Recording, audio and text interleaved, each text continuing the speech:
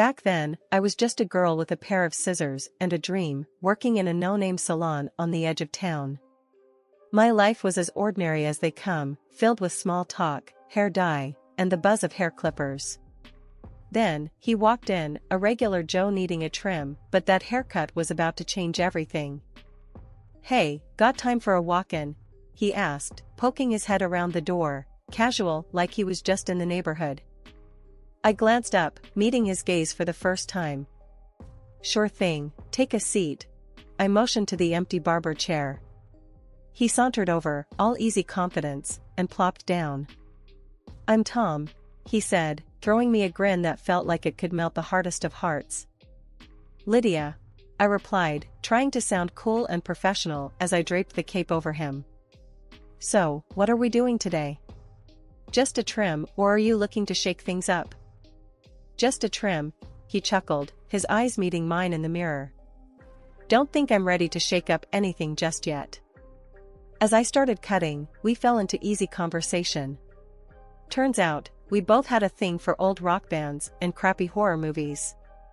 Who would have thought, right? He had this way of talking, like he genuinely cared about what I thought. It was refreshing, made me laugh more than I had in a long time. "You know, you're the first hairdresser I've met who knows more about Zombie Island Massacre than I do," he joked, as I snipped away. I scoffed, playfully nudging his shoulder. "Please, that movie's a classic. Besides, it's not often I get a client who appreciates fine cinema." He laughed, that sound filling the small space between us, and I couldn't help but join in.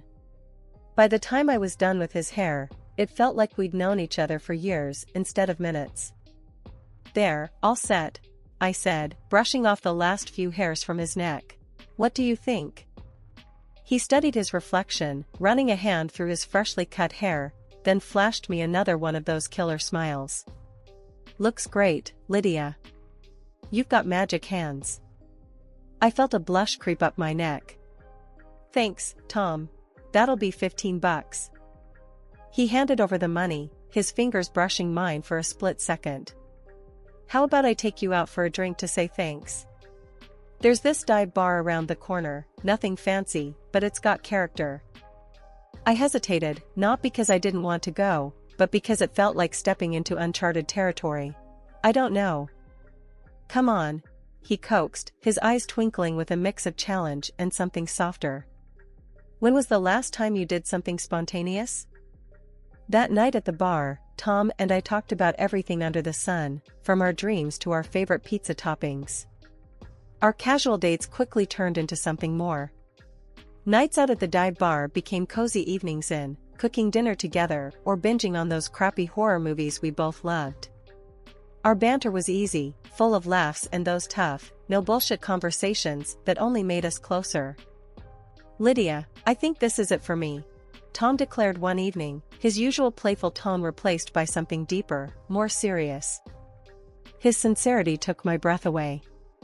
"Tom, me too. I've never been this happy."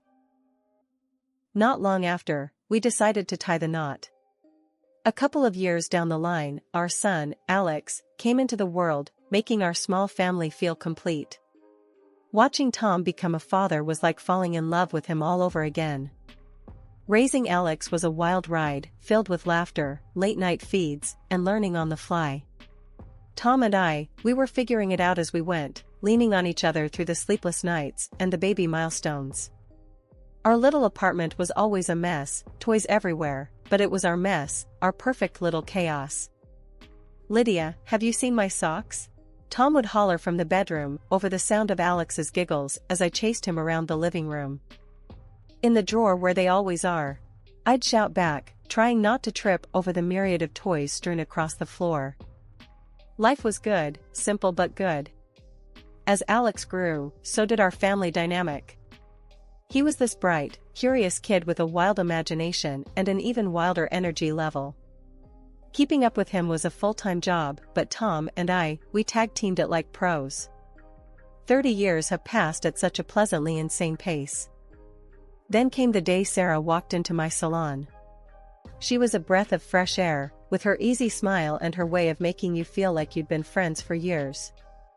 As she sat in my chair, pouring her heart out about her recent breakup, I found myself genuinely caring about this girl, her story touching something in me.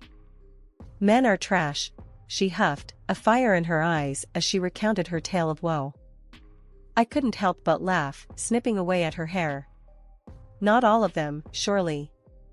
I got lucky with mine, but it took a few frogs to find my prince." She smiled at that, a real smile that reached her eyes. "You give me hope, Lydia." It was during one of these sessions that Alex decided to drop by, something about needing to borrow money for God knows what. The moment he and Sarah met, it was like watching a live spark.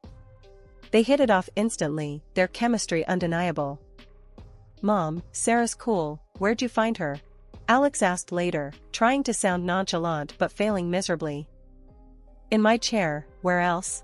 I teased, knowing full well what was brewing between those two. Sure enough, they started dating, and it wasn't long before they were inseparable.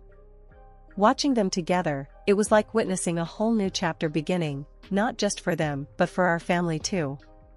Their whirlwind romance led them down the aisle in no time, and Tom and I found ourselves welcoming Sarah into the family with open arms. "Dad, I'm gonna marry her," Alex announced one day, a serious look on his face. Tom clapped him on the back, a broad smile spreading across his face. "You've got my blessing, son. Just make sure you're ready for the wild ride that is marriage." And what a ride it was. Their wedding was a simple affair, much like ours had been, but it was perfect. There was laughter, dancing, and an overwhelming sense of joy that filled the air. "Welcome to the family, Sarah," I said, pulling her into a hug. "You're stuck with us now, for better or worse." She laughed, hugging me back. "Wouldn't have it any other way, Lydia." Our family gatherings became the highlight of our weeks, filled with good food, great company, and the inevitable stories of Alex trying to impress Sarah with his not-so-impressive cooking skills. "Mom, tell Sarah about the time I made that 3-course meal," Alex would say, puffing out his chest with pride. I'd exchange a knowing look with Sarah, then dive into the tale, embellishing here and there for comedic effect. Well, the fire department only had to come once, so I'd say it was a success. Everyone would burst into laughter, the sound and melody that filled our home with warmth and happiness. Life has a way of throwing curveballs, and ours came hurtling out of left field. Tom, my rock, the guy who'd been by my side through thick and thin, started acting off. It was little things at first, staying late at work, business trips that seemed to pop up out of nowhere. "Tom, you're working late again?"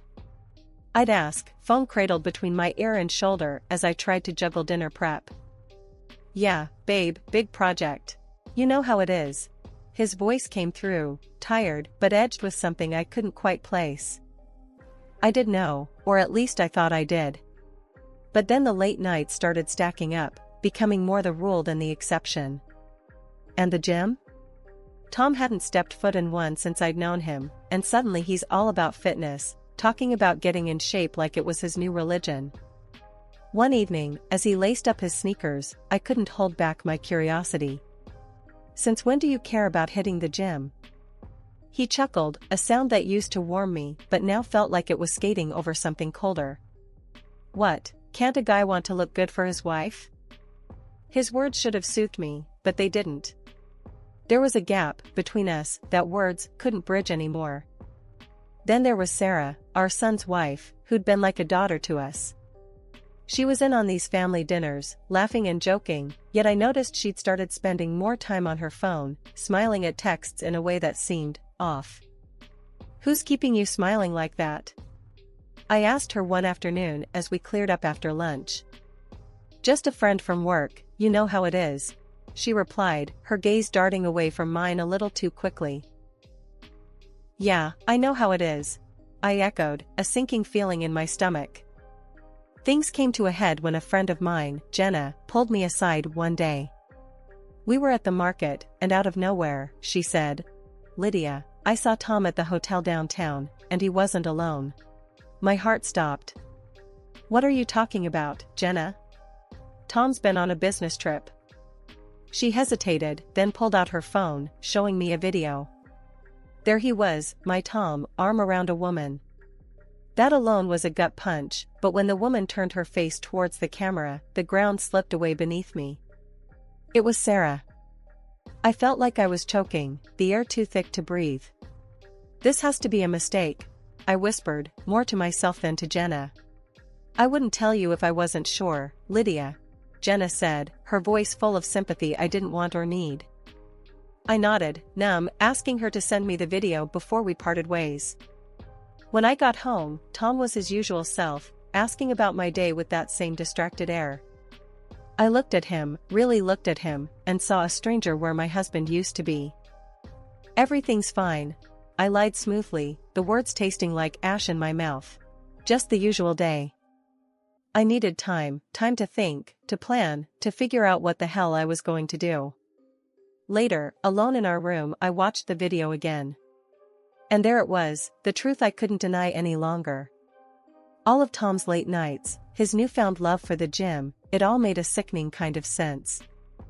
I sat there, phone in hand, feeling a rage and sorrow I didn't know were possible.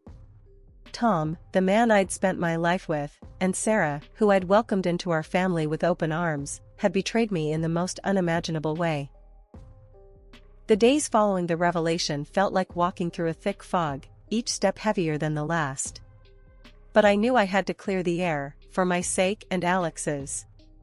The decision to confront Tom and Sarah together weighed on me like a ton of bricks. My hand shook as I dialed Alex's number, my heart pounding against my ribcage. Hey, Mom, what's up? Alex's voice, always so full of life, cut through the silence of the room. I took a deep breath, steadying myself. Alex, we need to talk. It's important. Can you come over? There was a brief pause, concern creeping into his tone. Sure, everything okay? We'll talk when you get here, honey, I said, trying to keep my voice even. The wait for Alex to arrive was excruciating. Tom was out, probably with her, leaving me alone with my thoughts and the damning video on my phone.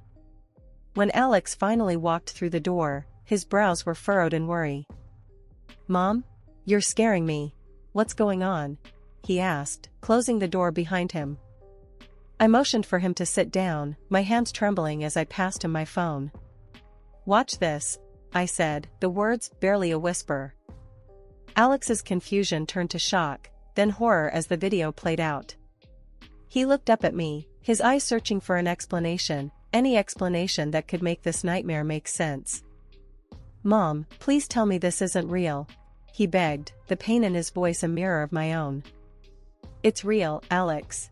I'm so sorry, I said, my voice breaking. We sat in silence, the weight of betrayal hanging heavy between us.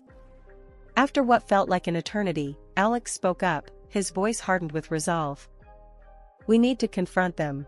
Together, he said, and I nodded. There was no other way forward.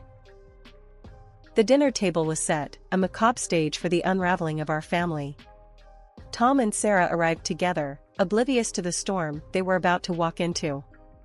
Their laughter grated on my nerves, but I kept my composure. Lydia, this looks wonderful, Sarah said, taking her seat with a smile that didn't reach her eyes. I forced a smile in return, waiting for Alex to signal he was ready. He gave me a subtle nod, and I knew it was time. Tom, Sarah, we have something to show you, I said, my voice steady, despite the turmoil inside me.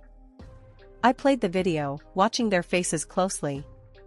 Tom's expression crumbled, guilt washing over him. Sarah, on the other hand, looked defiant, even as her facade began to crack. This is nonsense.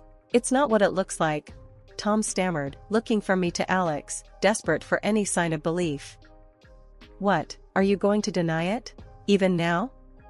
Alex's voice was cold, his anger palpable. Sarah finally spoke up, her voice laced with arrogance. What? Afraid of a little competition? The room went silent, the audacity of her words hanging in the air.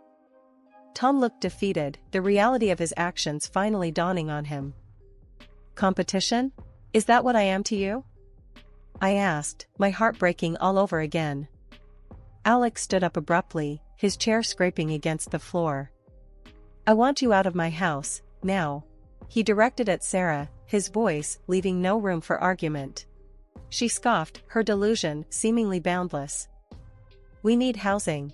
I'm entitled to half of this apartment and alimony. The room went silent for a moment, her words hanging in the air like a bad smell. Alex let out a harsh laugh, shaking his head. The apartment's mine, bought before we were married. You've got no claim to it, and forget about alimony after what you did. The showdown with Sarah was brutal, but clear-cut. She stormed out, her threats echoing hollowly behind her. But then, Tom turned to me, his expression shifting from guilt to something harder, colder. We need to talk about our property, he said, the words heavy between us. It needs to be divided. Our home, our life together for 30 years, reduced to mere assets, to be split. The pain of his betrayal was one thing, but this cold demand was another knife twist. So, this is it? After everything, all you care about is money? I asked, struggling to keep my voice from breaking. It's only fair. We built this together, so we split it, Tom replied, his voice void of the warmth I once knew.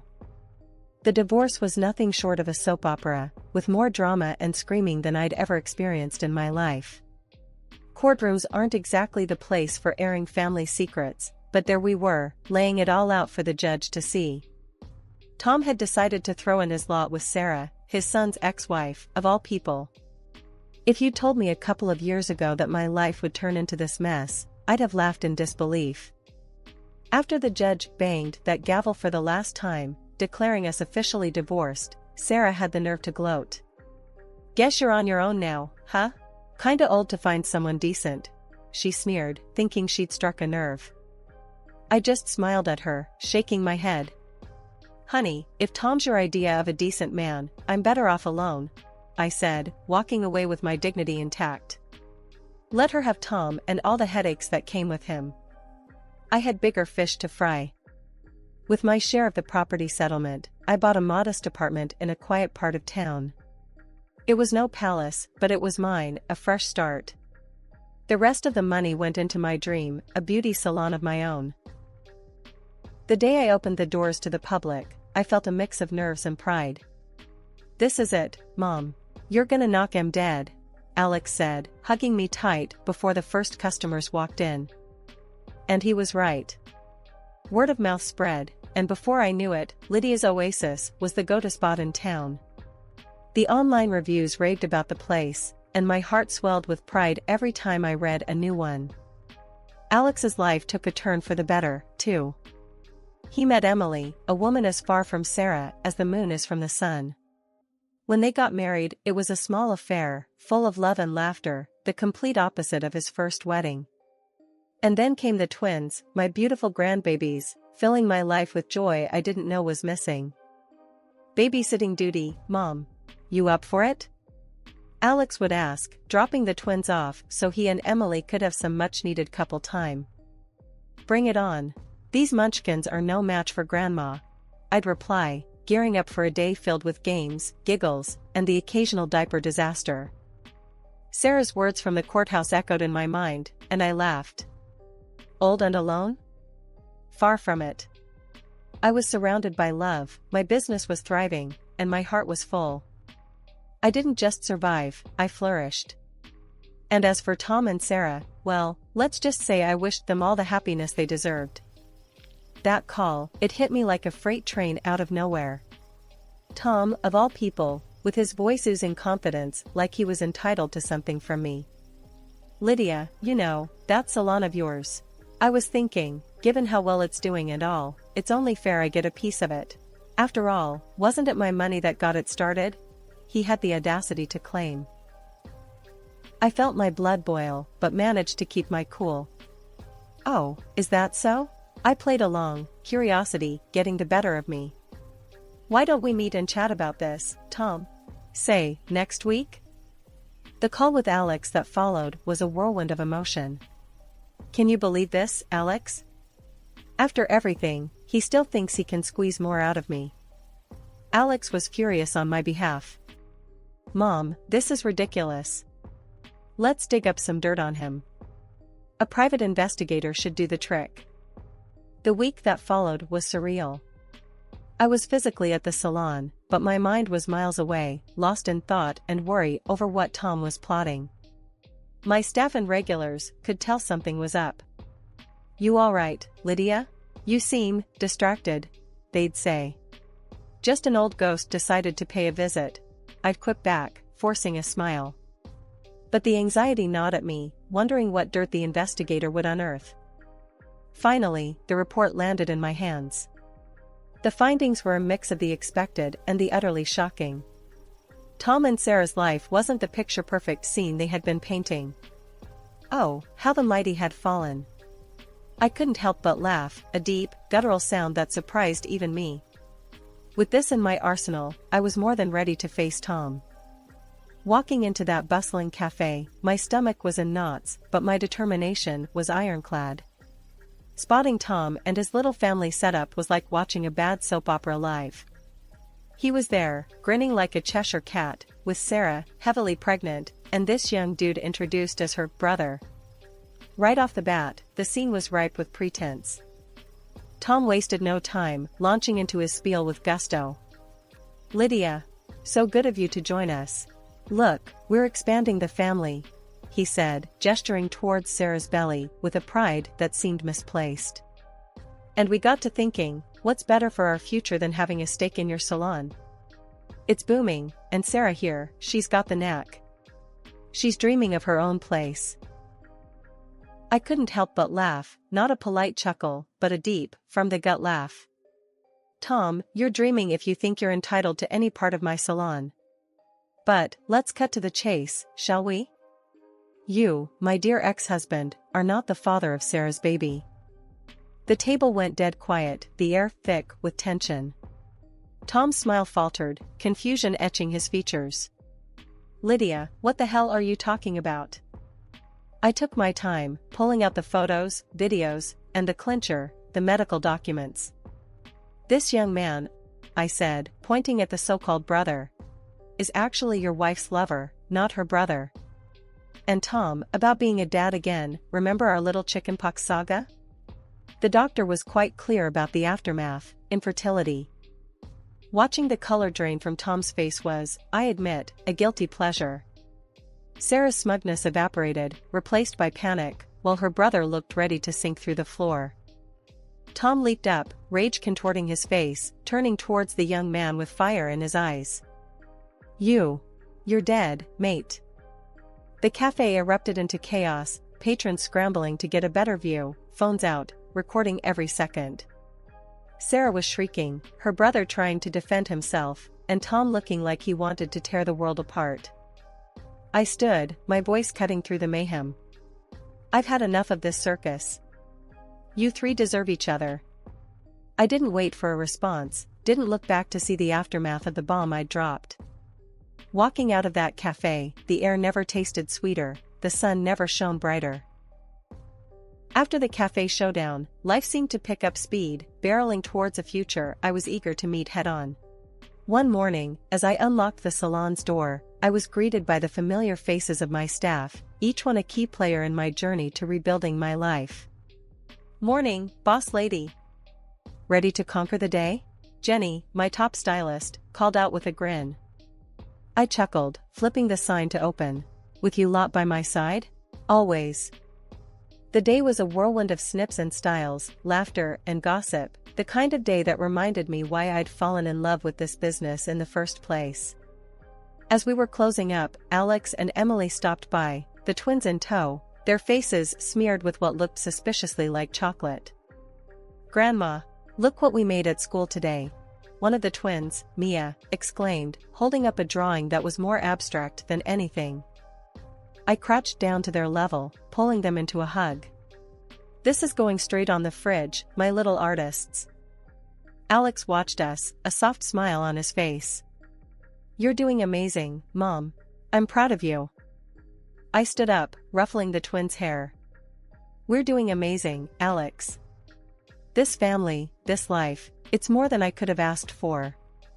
That night, as I sat on my balcony, watching the sunset paint the sky in hues of orange and pink, I couldn't help but feel grateful.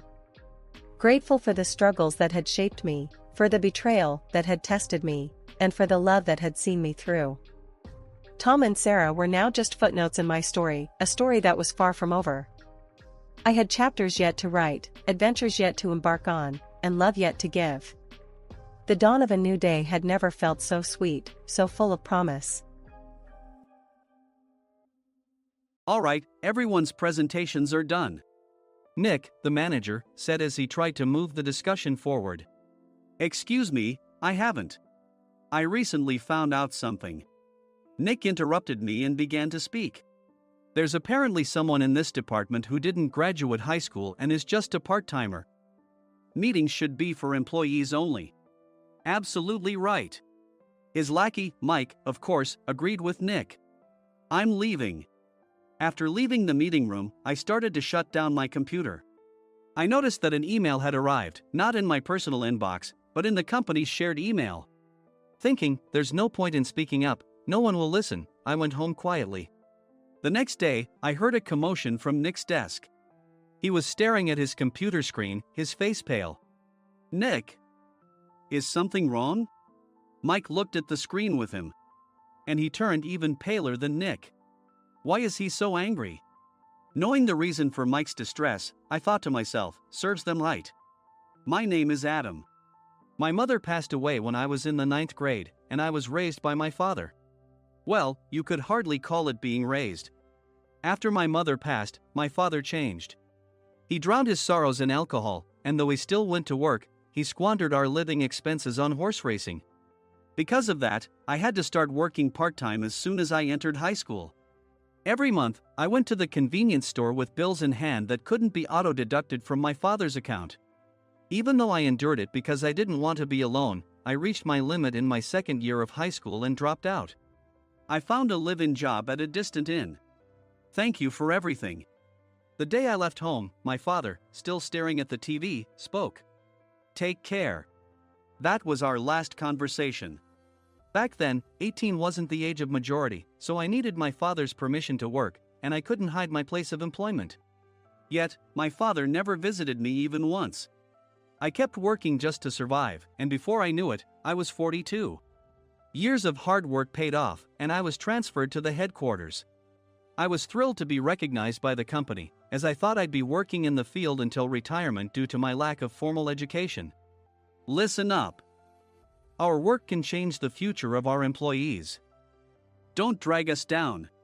On my first day after the transfer, Nick, dressed in an expensive suit, spoke sternly. There was a reason for this. Our inn was located in a prominent tourist destination, known so well that everyone in the state could sing its commercial jingle. At its peak, we had 5 locations within the state.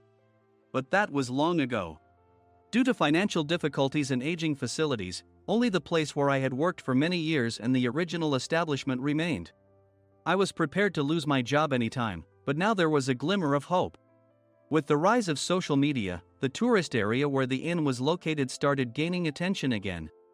Depending on how hard the sales department, where I was transferred, worked. We could either thrive or be forced to give up this prime location to the new hotel chains continuously popping up. For Nick, who had switched careers from another industry to strengthen our sales, this was a battle he couldn't afford to lose. I understood why he had to be strict. I will do my best. Nick sneered at my enthusiastic declaration. Did you not hear what I said? I'm sorry. I thought I was listening carefully.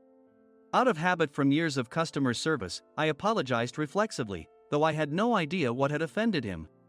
Someone was watching me with a smirk. In this department, there are those who are expected to excel and those who have been shoved here because they have nowhere else to go. You are the latter. It was Mike, the section chief. He's 7 years younger, at 35. But he was called to headquarters much earlier than I was and had been moving around within the headquarters ever since. I'm not jealous, but I can't accept that he's my boss. Graduating from a prestigious university, he has an unusually high pride and caused many problems as a newbie, making things very difficult for me when I was the front desk leader. When I found out Mike was transferred to the sales department a month before me, I was disheartened. Mike is right. With just a middle school diploma, there's not much you can do. Don't even think about achieving results. As if I didn't exist, Nick remarked, I'm thirsty. Mike eagerly ran to the coffee maker. It seems Mike is Nick's lackey. I regretted being happy about my transfer to headquarters, wishing I had stayed on site forever. Send a direct mail to every company on this list by the end of the day.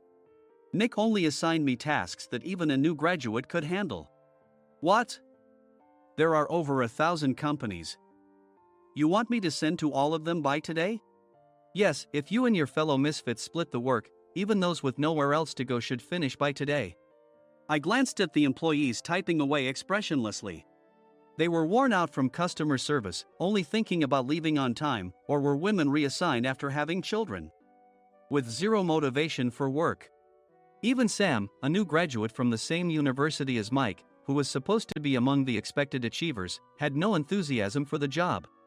Having joined the company wanting to do customer service. I don't care what they say, I plan to quit anytime, he said. Only Nick and Mike were highly motivated, making all the decisions between the two of them.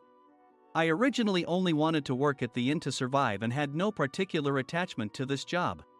I swallowed my words, thinking I had no right to reprimand them. About a month after the transfer, Nick told us with a frustrated look.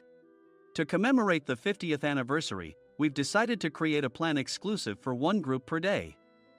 Originally, Mike and I were supposed to come up with it, but our president, Mr. Thompson, insists on hearing everyone's opinions. So, you all get a chance. As Nick explained, Mike began handing out prints. Make sure not to embarrass Nick. If your ideas are half-baked, you'll have to redo them. It seemed that they had printed his handwritten notes by Mr. Thompson, which included several questions and a section for free responses. It made sense why Nick had to seek our input, given that all responses had to be submitted to Mr. Thompson. We were given a week to think about it, and a meeting was scheduled to compile our ideas.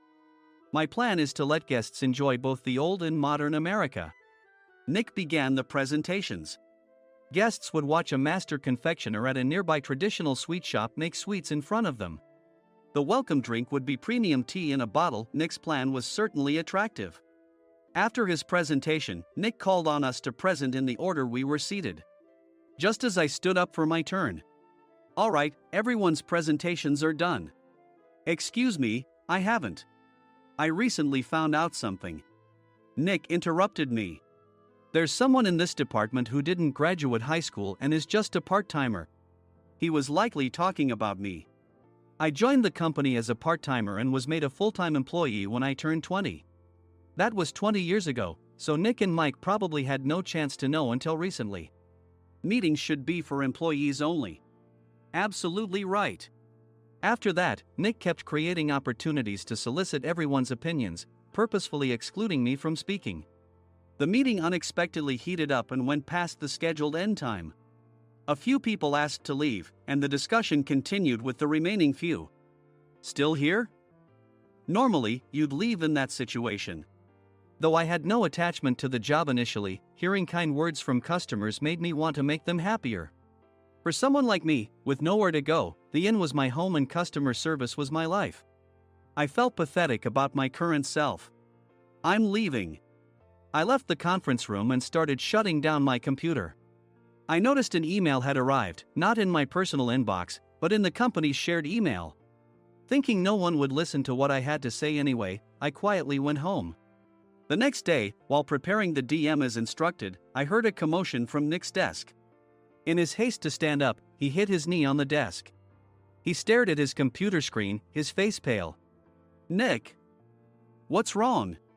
Mike, thinking he should be the first to rush over, approached Nick while still wearing his coat. He peered at the screen with Nick. And he turned even paler than Nick. Why is he so angry? Who is responsible for this company? Nick, more irritated than ever, asked, and Mike answered without checking. Probably Sam. Sam wasn't there because he was attending a morning training session for new hires. Nick gave up on getting angry and returned his gaze to the screen. They were looking at an email that arrived right after the end of the working day yesterday. Apparently, no one, including me, had checked it before leaving. The email was from a large company that used us for their annual employee trips.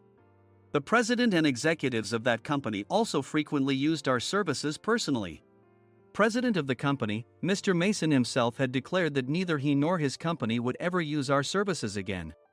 Well, some companies cancel their employee trips or stop using our services due to financial struggles. Let's just move on. Mike kept wiping the sweat from his forehead with a handkerchief. Knowing why Mike was so agitated, I quietly watched their interaction. Do you know how much revenue we get from that company? We can find other guests to fill the rooms, but we'll lose the banquet costs, gift shop revenue, rental car fees, and more. Moreover, the gifts were supposed to be prepared by the traditional confectionery shop involved in Nick's proposed plan. If it's known that we incurred such a huge loss at this critical time, Nick's position in the company would be jeopardized. Nick took a deep breath, seemingly trying to calm himself. All right, Mike. Go to New York right now and apologize to Mr. Mason. What? You're coming with me, right? I have urgent work to do. I trust you, which is why I'm entrusting this to you. Please. Mike, believing Nick's sincerity, agreed with a determined look on his face, saying, yes. That's Nick for you. Even if Mike went to apologize, Nick would shift all the blame onto him if the client didn't change their mind. Well, it was Mike's fault to begin with, so it served him right. About 3 hours later, Sam answered a call from somewhere and repeatedly apologized, saying, I'm very sorry. Everyone watched to see what was happening.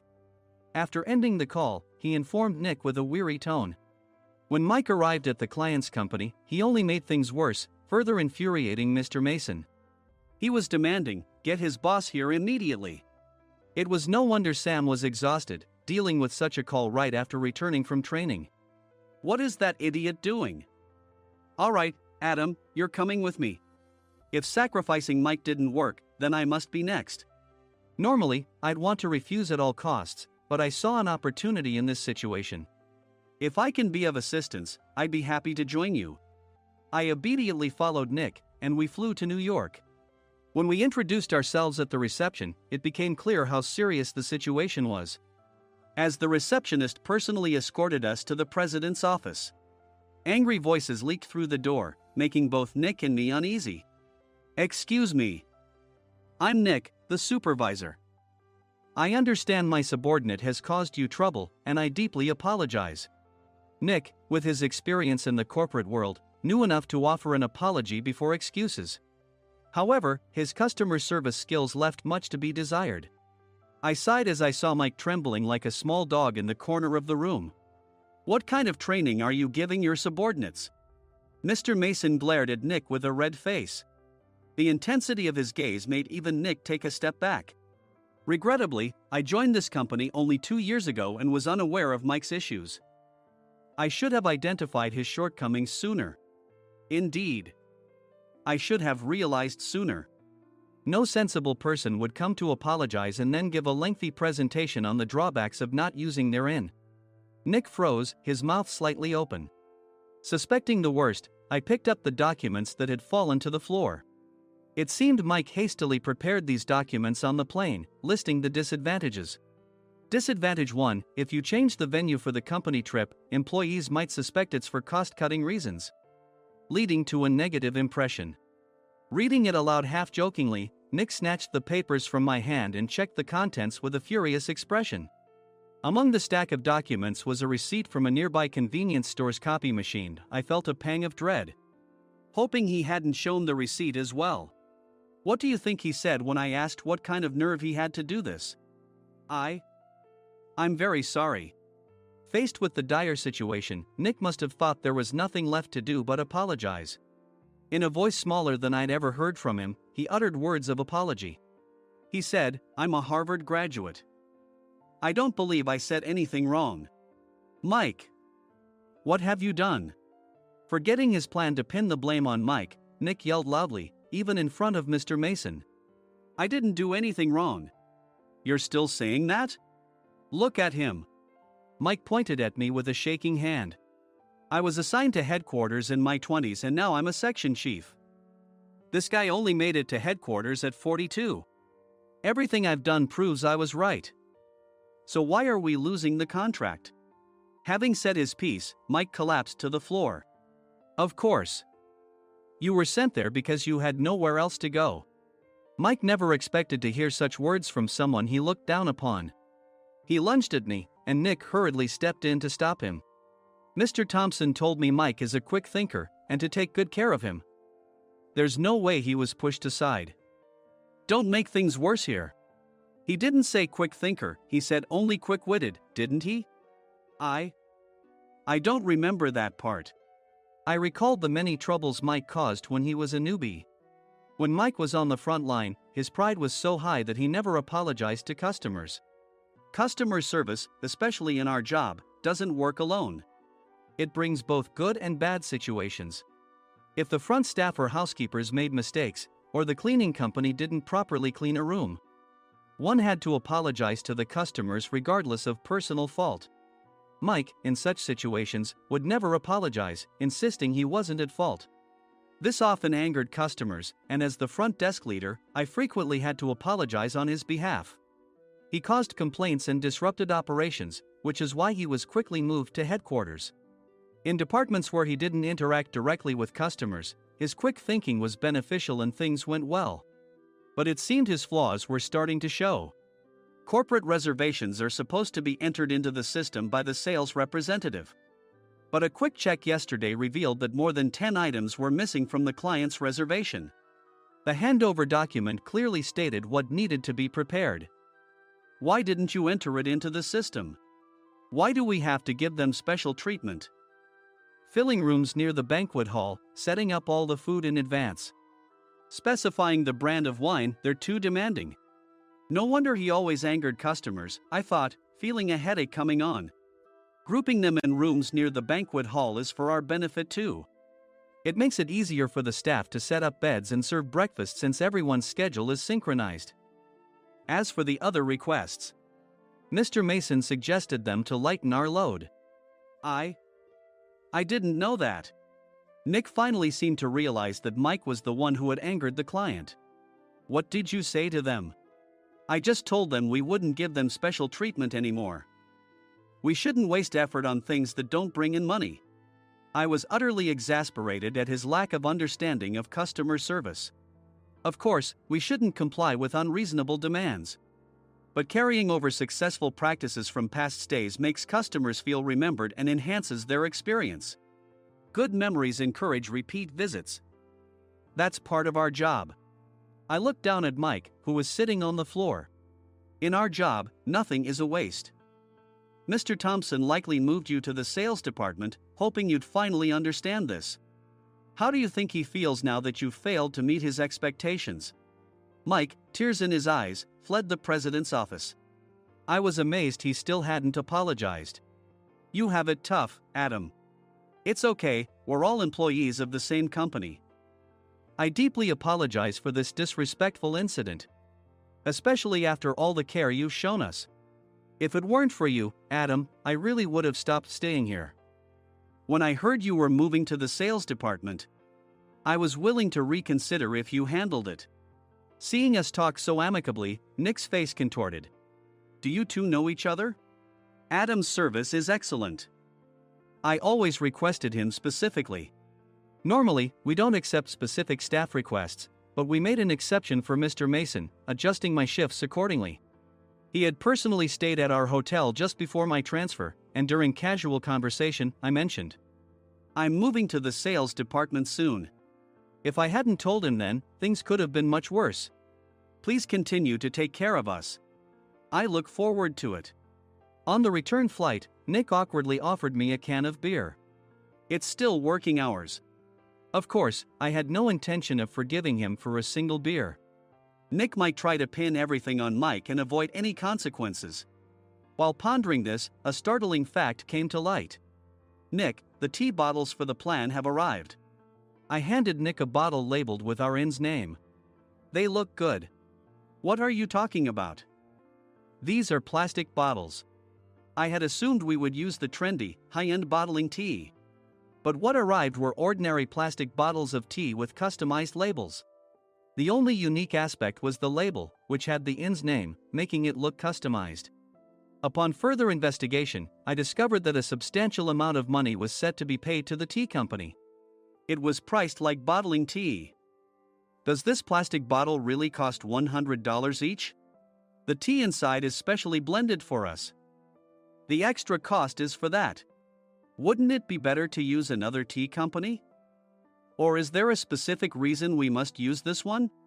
As Nick continued to make excuses, I showed him a printed email. I informed the tea company's president, Mr. Mitchell, that we discovered irregular payments and he confessed. He said you two were high school classmates and planned to split the extra money. That idiot. Why did he confess? That's not important. You should worry about yourself, this could turn into a police matter. Opening the bottle cap, I suggested. How about calming down with this tea? It supposedly has a relaxing effect. Nick drank the tea frantically. In the following days, decisions were made about their fates. Mike was reassigned to the General Affairs Department, with no chance of transfer or promotion, as per Mr. Thompson's orders. As for Nick, since the payment to the tea company hadn't yet been made, he narrowly avoided legal trouble. Instead, he was encouraged to leave the company, and to avoid further complications, Nick submitted his resignation. Rumor has it that connections between HR departments have made it difficult for him to find new employment. Even though it was good to have those two gone, something unexpected happened in the sales department. Everyone became motivated and united in refining the 50th anniversary plan. In the end, my plan was adopted. We collaborated with the Tourist Information Center to provide personalized guides. The plan, tailored to the number of guests, was truly special for the 50th anniversary. Hey, is Adam's family coming to stay? I immediately booked that special plan for my family. Sam noticed it on the reservation list and quickly picked up on it. Yes, I'm inviting my father. That's great. I might invite my parents too. I lacked the courage to face my father just as Adam. But here, with the confidence Mr. Mason praised, I felt ready. The 50th anniversary plan was a perfect opportunity to reconnect with my father. I hoped to bring back the days when we could laugh together as we once did.